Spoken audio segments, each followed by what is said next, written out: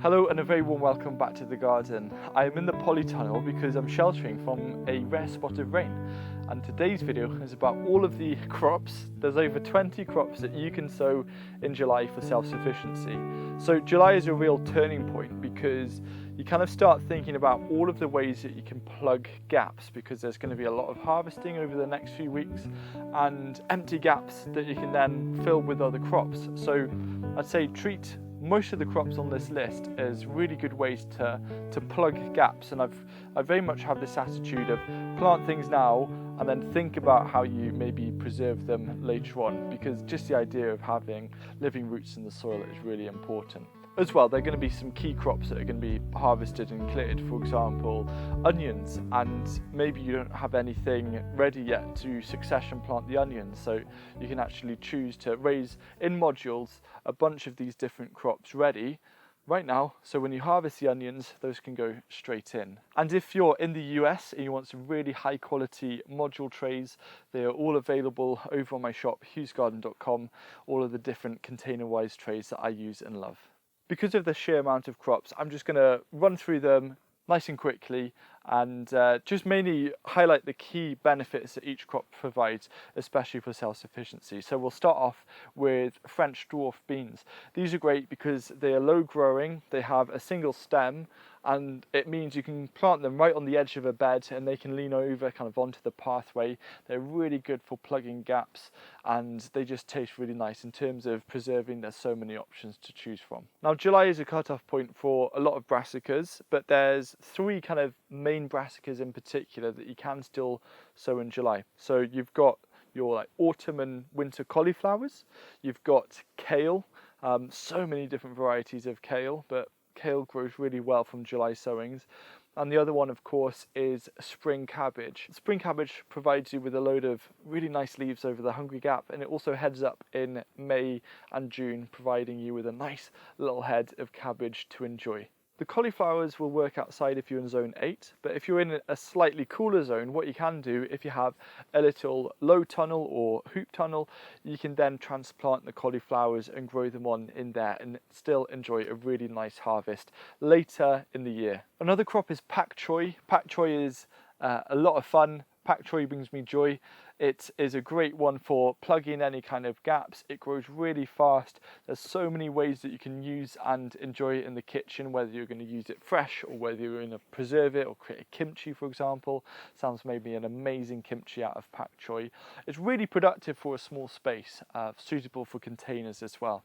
So pak choi is a great one to sow throughout the month of July. In a similar realm of, say, the bigger brassicas and pak choi is also Chinese cabbage or Napa cabbage. It prefers cooler weather, cooler climate. So kind of the second half of July onwards, start sowing your Napa cabbage seeds. You've got quite a nice selection of root vegetables that are still going to be suitable for July sowings. So one that comes to mind obviously are going to be turnips. Turnips grow really well if they're sown in July, especially because kind of August and then into September it starts to cool again. Beetroot is also another one. They work really well if you either direct sow them or module sow them. I have been enjoying a lot of beetroot recently, especially golden beetroot, where I just roast it whole or in halves, kind of like nice and slow, and it is just so much sweetness. And I make a big batch and then I can enjoy it the next few days just as a nice little snack to have with lunch or supper. Carrots are also suitable for July. You just need to make sure that the soil stays moist when you sow them until the seedlings start to appear, otherwise you'll get sporadic germination. With carrots, you want to choose either, say, more like forcing varieties that mature faster, or something like the small Paris market carrots, which create those nice little round carrots. But yeah, they're a lot of fun and a really good kind of essential crop to sow in July, because you can harvest carrots unprotected up until around Christmas time. They stand pretty well in the ground. But you do need to be aware of carrot root fly. Either grow them in taller raised beds or make sure that you provide them with protective mesh netting if you're not growing a variety such as flyaway. Fennel is another, is it a root vegetable? Never totally sure. I class it as a root vegetable. Fennel It's such a stunning crop, and July is a lovely month to sow it, especially in the first half of July, to then transplant. It is quite a nice compact plant. You can use the fronds, but the bulb in particular, it is so tasty roasted. It is one of my, I say it's one of my top 5 delights of crops to enjoy eating from the garden. One that is ever so slightly more risky because of the risk of powdery mildew, but if you're lucky it should be fine, is peas. So that can be Monge 2 garden peas, sugar snap peas. I'll probably do my last sowing of peas in the first week of July, so try and do it sooner rather than later. The peas will grow well outside, but maybe there's also a little bit of space in your polytunnel. That'll be a really nice place to transplant them.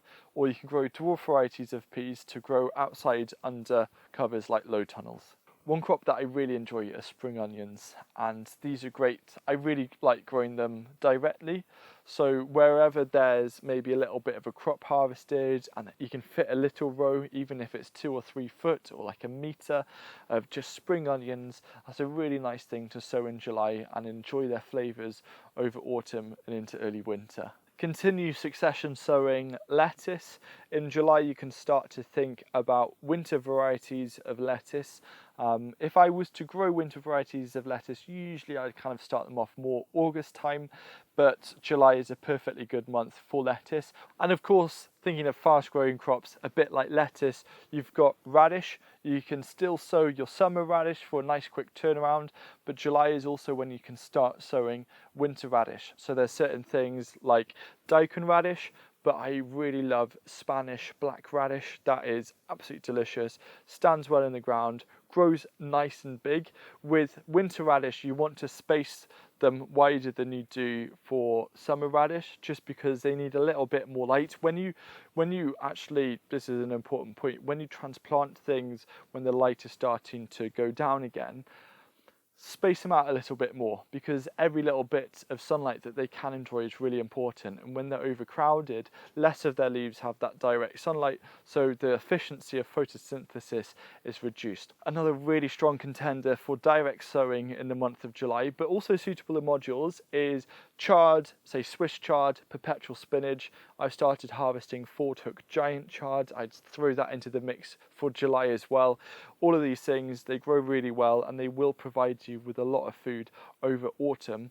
And with chard and perpetual spinach, they're also suitable contenders for a lot of ways of preserving, whether it's for, say, freezing, but more importantly for fermentations. I also forgot to mention spinach is another great one to sow directly in a shadier space, more like kind of partial shade, but the amount of leaves that you can get from a small section of direct sown spinach is quite unbelievable. I've been self-sufficient in spinach now for about 4 months, and there's no stopping it at the moment, but the trick is to find that bit of partial shade. There's also some annual herbs that you can still sow in the month of July outside or in modules, and that's of course going to be dill and coriander. These grow well either in a polytunnel or outside. One of the tricks that I like to do for my last sowing is just let them run to seed at the end of the season and then remove the plants when they've all started dying back, because they've spread then the seed all over the surface, and then the following year you get lots of free plants that then you can transplant into different locations. A more unusual vegetable in terms of looks and aesthetics is kohlrabi, but kohlrabi is another great contender for sowing in the month of July, especially in modules to then transplant. It's also a really nice crop for filling in gaps, and the leaves are also edible, so there's many different uses. Now there's a couple of options you might want to try in an undercover growing space. Right at the start of July, you can try doing a succession crop of cucumbers. They grow really quickly. Choose a faster growing variety, or choose maybe like gherkin type varieties. Sow them in the first week of July and then grow them up into bigger pots, so when your initial batch of cucumbers start to go over, you can then have the next batch ready to see you through into kind of mid-autumn time. And finally, with our absolute favourite of the series, and I think it's going to turn into a bit of a running joke, Sapomira blight-resistant potatoes.